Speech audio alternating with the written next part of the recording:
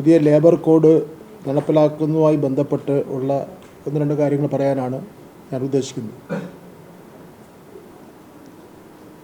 പുതിയ ലേബർ കോഡുകൾ തൊഴിലാളികൾക്ക് പ്രയോജനകരമാണെന്ന കേന്ദ്ര സർക്കാരിൻ്റെ വാദം പൊള്ളത്തരമാണ്.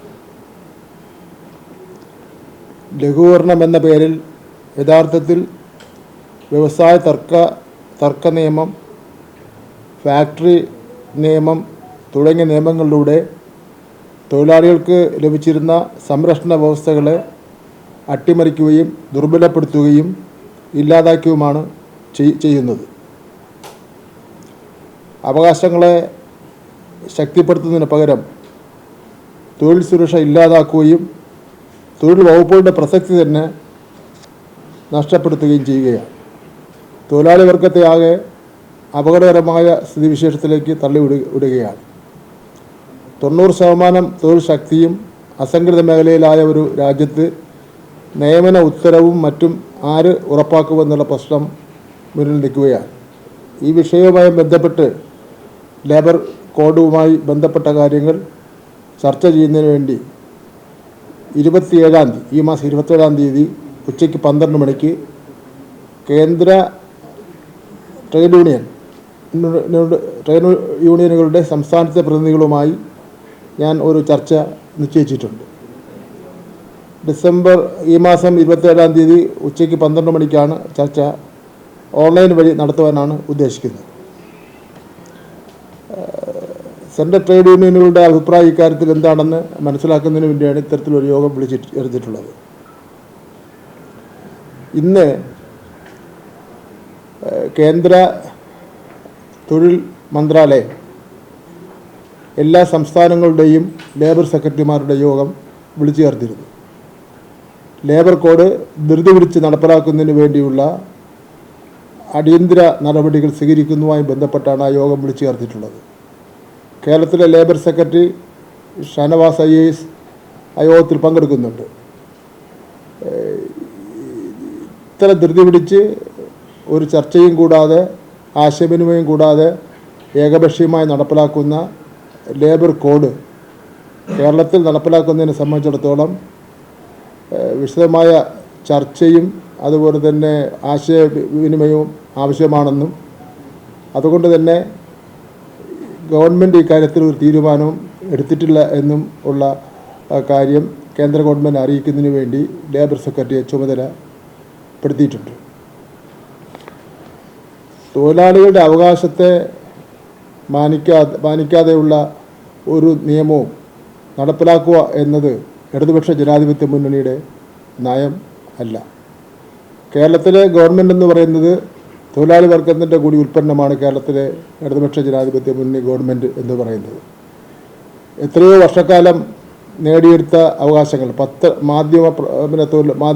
മാധ്യമ സ്ഥാപനങ്ങളിൽ പ്രവർത്തിക്കുന്ന പത്രപ്രവർത്തകർ അടക്കം നേടിയെടുത്ത അവകാശങ്ങൾ, ആ അവകാശങ്ങളെയാണ് ഏതാണ്ട് 29ഓളം വരുന്ന തൊഴിൽ നിയമങ്ങളെ വെട്ടിച്ചുരുക്കി 4ആക്കി മാറ്റി എല്ലാ അവകാശങ്ങളും ഒരു മുതലാളി താല്പര്യങ്ങൾക്ക് വിധേയമായി നടപ്പിലാക്കുന്ന രീതിയാണ് ഇന്നിപ്പോൾ കേന്ദ്ര ഗവൺമെൻറ് എടുത്തിരിക്കുന്നത്.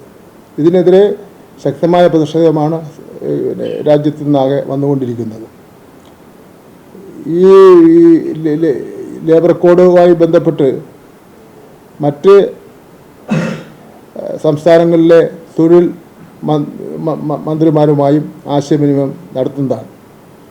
അവരുമായി ആശയവിനിമയം നടത്തിയ ശേഷം ഇതിൽ യോജിക്കുവാൻ കഴിയുന്ന ആൾക്കാരെ തൊഴിൽ നിയമത്തിൽ പറയുന്ന തൊഴിലാളി വിരുദ്ധ നയങ്ങൾ പിൻവലിക്കുക എന്ന ആശയത്തോടു കൂടി യോജിക്കുവാൻ കഴിയുന്ന വിവിധ സംസ്ഥാനങ്ങളിലെ മന്ത്രിമാരുമായി ആശയവിനിമയം നടത്തുകയും ഭാവി പരിപാടികൾ തീരുമാനിക്കുകയും ചെയ്യണമെന്ന് ആലോചിക്കുകയാണ്.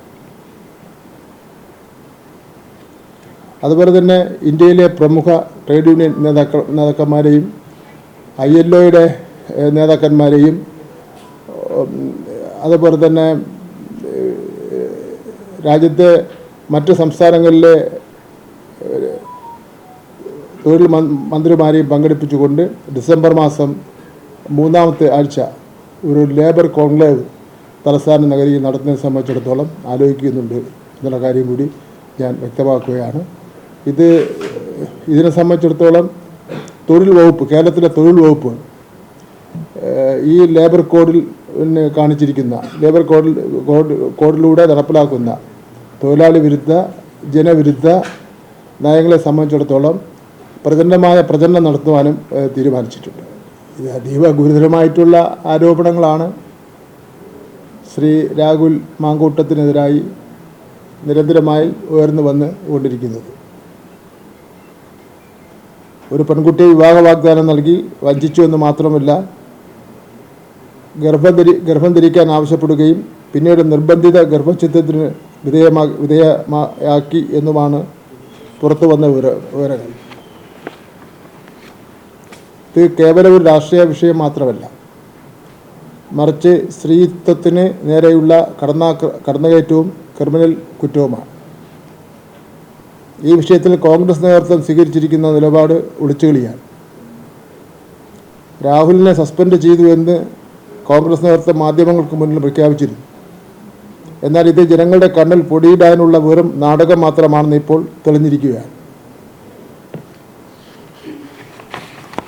സസ്പെൻഷൻ പ്രഖ്യാപിച്ച വ്യക്തി തന്നെ കോൺഗ്രസിൻ്റെ ഔദ്യോഗിക വേദികളിലും തെരഞ്ഞെടുപ്പ് പ്രചാരണ രംഗത്തും സജീവമായി നിൽക്കുന്ന കാഴ്ചയാണ് നമ്മൾ കാണുന്നത്. സസ്പെൻഷൻ നടപടി കടലാസിൽ മാത്രമാണോ എന്ന് കോൺഗ്രസ് വ്യക്തമാക്കണം. സ്ത്രീ സുരക്ഷയെക്കുറിച്ച് വാചാലരാകുന്ന കോൺഗ്രസ് നേതാക്കൾ സ്വന്തം MLAക്കെതിരെ ഇത്രയും നീചമായ ആരോപണം ഉയർന്നിട്ടും അദ്ദേഹത്തെ സംരക്ഷിക്കുകയാണ്. കുറ്റാരോപിതനായ വ്യക്തിയെ മുന്നിൽ നിർത്തി വോട്ട് ചോദിക്കുവാൻ ഇവർക്ക് എങ്ങനെ സാധിക്കും? ഇത് കേരളത്തിലെ സ്ത്രീകളോടും വോട്ടർമാരോടും കാണിക്കുന്ന വെല്ലുവിളിയാണ്. സ്വന്തം പാർട്ടിയിലെ ഒരു ജനപ്രതിനിധിക്കെതിരെ ഇത്രയും വലിയ ആരോപണം ഉയരുമ്പോൾ അന്വേഷണം പൂർത്തിയാക്കുന്നതുവരെയെങ്കിലും ഇദ്ദേഹത്തെ മാറ്റി നിർത്തുവാനുള്ള ജനാധിപത്യ മര്യാദ കോൺഗ്രസ് കാണിക്കാത്തത് എന്തുകൊണ്ടാണ്? അധികാരം നേടാൻ എന്ത് വിട്ടുവീഴ്ചയ്ക്കും തയ്യാറാവുന്ന കോൺഗ്രസിൻ്റെ അധാർമിക രാഷ്ട്രീയമാണ് ഇതിലൂടെ വെളിവാക്കുന്നത്. അതുകൊണ്ട് ഈ കപടനാടകം അവസാനിപ്പിച്ച് രാഹുൽ മാങ്കൂട്ടത്തിനെതിരെ കൃത്യമായ നടപടി മാതൃകാപരമായി കോൺഗ്രസ് സ്വീകരിക്കണം. തിരഞ്ഞെടുപ്പ് പ്രചരണങ്ങളിൽ നിന്ന് അദ്ദേഹം മാറുകയോ മാറാതിരിക്കുകയോ ഒക്കെ ചെയ്യുന്ന കോൺഗ്രസിൻ്റെ ഉത്തരവാദിത്വത്തിൽപ്പെട്ടതാണ്. അദ്ദേഹം മാറാതിരിക്കുന്നത് ഞങ്ങളെ സംബന്ധിച്ചിടത്തോളം നല്ല ഗുണം ചെയ്യുന്ന കാര്യമാണ്. കാരണം ജനങ്ങളെ വെല്ലുവിളിച്ചുകൊണ്ട് വീണ്ടും ജനമധ്യത്തിൽ ചെല്ലുക എന്ന് പറഞ്ഞാൽ ജനങ്ങൾ തന്നെ അത് എങ്ങനെ വേണം അതിനെ സ്വീകരിക്കേണ്ടതെന്ന് സംബന്ധിച്ചിടത്തോളം ജനങ്ങൾ തീരുമാനിക്കുമെന്നാണ് എനിക്ക് പറയാറുള്ളത്. അത് ശരിയാണ്. അതായത് നമ്മുടെ കുട്ടികളുടെ ശാസ്ത്രമേളയുടെ സംസ്ഥാന ഉദ്ഘാടന വേദിയിലാണ് ഞങ്ങൾ ഒരുമിച്ചുണ്ടായിരുന്നത്. ആ വേദിയിൽ നിന്ന് 2-3 മാർഗങ്ങളാണുള്ളത്. ഒന്നേ അദ്ദേഹത്തിന് ഇറക്കി വിട്ടാൽ അത് ബലം പ്രയോഗിക്കേണ്ടി വരും, അല്ലെങ്കിൽ ഞങ്ങൾ ഇറങ്ങിപ്പോകണം. അങ്ങനെ പോയാൽ അത് നമ്മുടെ ശാസ്ത്രമേളയുടെ ഉദ്ഘാടന ചടങ്ങ് അലങ്കോലപ്പെടും. അവിടെ വന്നിരിക്കുന്ന കുട്ടികളാകെ ഇതെന്താ സംഭവിക്കുന്നത് എന്നുള്ള നിലയിൽ ആകെ അസ്വസ്ഥരായി അവരുടെ ഒരു മാനസികാവസ്ഥ വല്ലാത്ത നിലയിലാവും. അപ്പം അത്തരത്തിലുള്ള ഒരു വേദിയാക്കി അതിനെ മാറ്റാൻ ഉദ്ദേശിച്ചില്ല. അതുകൊണ്ടാണ് ഉദ്ഘാടനം നടത്തിയ വേദിയെ പങ്കിട്ടത്. സ്വാഭാവികമായിട്ട് നിസ്സാരമായി ഇറക്കിവിടാൻ കഴിയില്ലല്ലോ. ഒരിക്കലും നിസ്സാരമായിട്ട് ഇറക്കിവിടാൻ കഴിയില്ലല്ലോ. അതുമൂലം ഉണ്ടാകുന്ന പ്രത്യാഘാതങ്ങൾ അത് ഏറ്റവും കൂടുതൽ ബാധിക്കുന്ന കുട്ടികളായിരിക്കും. അദ്ദേഹം ചെയ്യേണ്ടിയിരുന്നത് അതിൽ വരാതിരിക്കുക എന്നുള്ളതാണ്. ഞാൻ ഇത്രയും കാര്യം ഇത് അന്ന് വ്യക്തമാക്കിയില്ല. വ്യക്തമാക്കാത്തതുകൊണ്ട് തന്നെ ചില തെറ്റിദ്ധാരണകളും ഉണ്ടായിട്ടുണ്ടായിരുന്നു.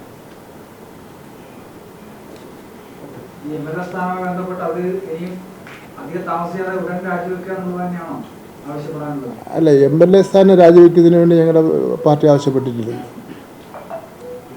അയാളെ തിരഞ്ഞെടുക്കപ്പെട്ട ആണോ? അയാളെ അതങ്ങനെ ആവശ്യപ്പെട്ടിട്ടില്ലല്ലോ. അയാൾ തീരുമാനിക്കേണ്ട കാര്യങ്ങളാണ്. ദിവസവും ഇത് നിങ്ങൾ ചോദിച്ചതുകൊണ്ട് പറയാതെ ഒഴിഞ്ഞുമാറി പോയി കഴിഞ്ഞാൽ നമ്മൾ സപ്പോർട്ട് ചെയ്യണമെന്ന് നിങ്ങൾ പറയും. അങ്ങനെയാണല്ലോ നമ്മുടെ ശാസ്ത്രമേളയിൽ ഉണ്ടായത്. അപ്പോൾ ചോദിച്ചതിൻ്റെ പേരിൽ ഇത് പറഞ്ഞത് മാത്രമേ ഉള്ളൂ. ഇതെല്ലാം യഥാർത്ഥത്തിൽ സ്വീകരിക്കേണ്ട ഒരു വ്യക്തി കോൺഗ്രസും ഈ വ്യക്തിയാണ്. എന്തൊക്കെ ടെലിവിഷനിൽ എഴുതി കാണിച്ചുകൊണ്ടിരിക്കുന്നു. നമുക്ക് നിങ്ങളുടെ എല്ലാം മാധ്യമ ജീവിതത്തിനോട് ഇതൊക്കെ ഒരു പുതിയ അനുഭവമില്ലേ? പുതിയ അനുഭവമായിരിക്കും. ഇത്തരത്തിൽ ഒരുപാട് കാര്യങ്ങൾ നിങ്ങൾ കേൾക്കുകയും എഴുതുകയും പറയുകയും ചോദിക്കുകയും ഒക്കെ ചെയ്തിട്ടുണ്ടെങ്കിലും ഇതുപോലുള്ളൊരു അനുഭവം പുതിയൊരു അനുഭവം ആയിരിക്കും, അത്ര കാര്യം സംശയമില്ല. അതിനെയും ഇനിയിപ്പം കോൺഗ്രസ്സുകാർ ന്യായീകരിച്ചുകൊണ്ട് മിക്കവാറും എനിക്കെതിരായിട്ട് പ്രസ്താവന ഇറക്കുമെന്നുള്ള കാര്യം ഉറപ്പാണ്.